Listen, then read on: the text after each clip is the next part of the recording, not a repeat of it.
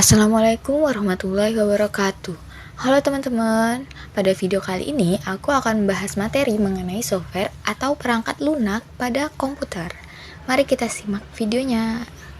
Teman-teman, ada yang tahu gak apa itu software?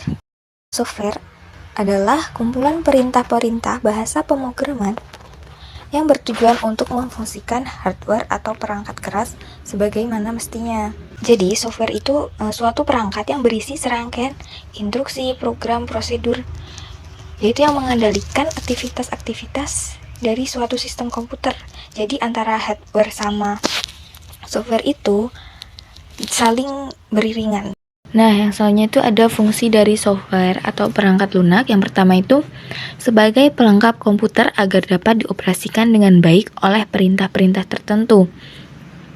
Jadi, software di sini itu bertindak sebagai jembatan yang memungkinkan pengguna itu berinteraksi dengan komputer.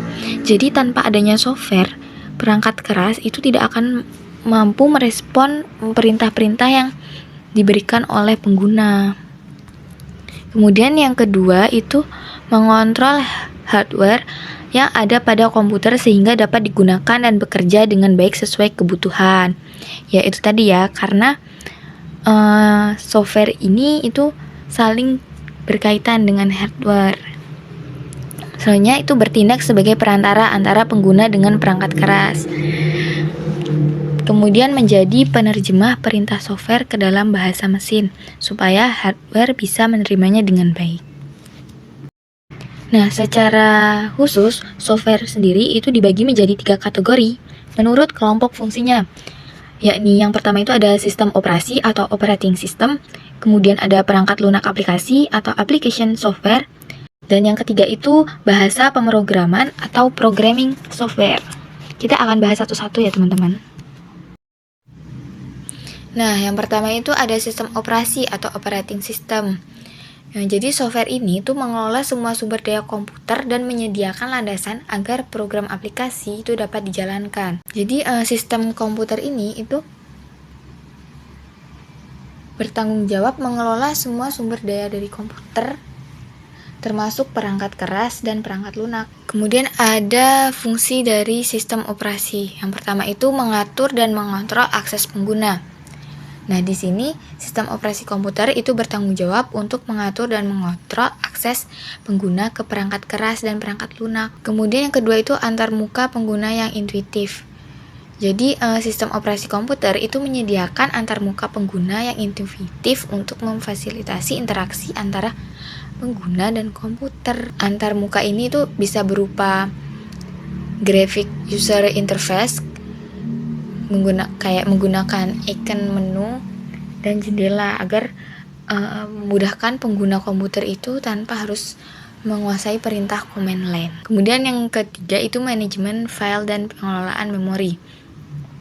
Jadi fungsi ini itu meliputi penentuan hak akses terhadap file, termasuk pengelompokan file ke dalam direktori, kemudian menjalankan program secara efisien.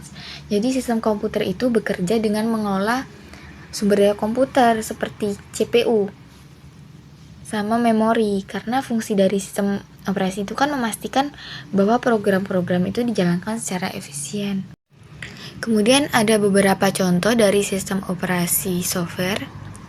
Itu yang pertama ada Windows. Itu merupakan sistem operasi komputer yang paling banyak digunakan ya. Jadi Windows itu memiliki antarmuka pengguna yang familiar dan menyediakan berbagai fitur dan aplikasi yang berguna.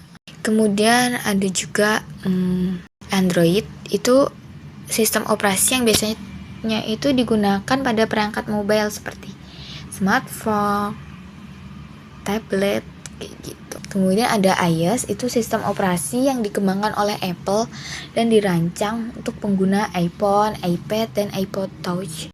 iOS ini tuh dikenal karena keamanannya yang tinggi dan antarmuka pengguna yang intuitif. Ada juga Linux, yaitu sistem operasi open source yang sangat populer di kalangan pengguna teknis dan pengembang perangkat lunak. Kemudian yang kedua itu ada application software atau program aplikasi. Merupakan perangkat lunak yang umumnya kita jumpai dalam kegiatan sehari-hari. Jadi umumnya itu berbentuk aplikasi dan memungkinkan pengguna itu melakukan tugas tertentu pada komputer atau perangkat. Software aplikasi itu terdiri dari program aplikasi, program paket, program utilitas, games, entertainment, dan masih banyak lagi ya.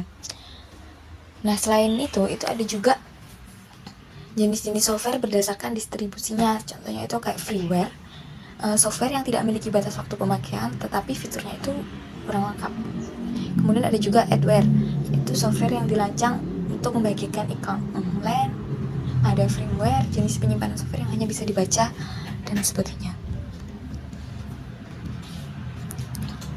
Kemudian ada beberapa contoh dari program aplikasi. Ada Excel, Microsoft Office, Word, OneNote, Outlook, PowerPoint. Jadi aplikasi-aplikasi ini itu membantu kita dalam mengerjakan suatu. Nah, yang terakhir itu ada bahasa pemrograman. Software programming language adalah bahasa yang digunakan untuk menulis program. Jadi bahasa pemrograman itu merupakan sistem komunikasi yang memungkinkan manusia untuk memberi instruksi pada komputer untuk melakukan tugas tertentu. Nah, biasanya bahasa pemrograman ini itu merupakan himpunan dari aturan sintaks dan semantik yang digunakan untuk mendefinisikan program komputer. Nah, fungsi dari bahasa pemrograman sendiri itu untuk memerintahkan komputer untuk mengolah data sesuai dengan logika yang diinginkan pengguna. Hasil dari bahasa pemrograman itu biasanya berbentuk program atau aplikasi. Nah, beberapa contoh bahasa pemrograman itu seperti HTML, Java, PHP, C++, dan masih banyak lainnya.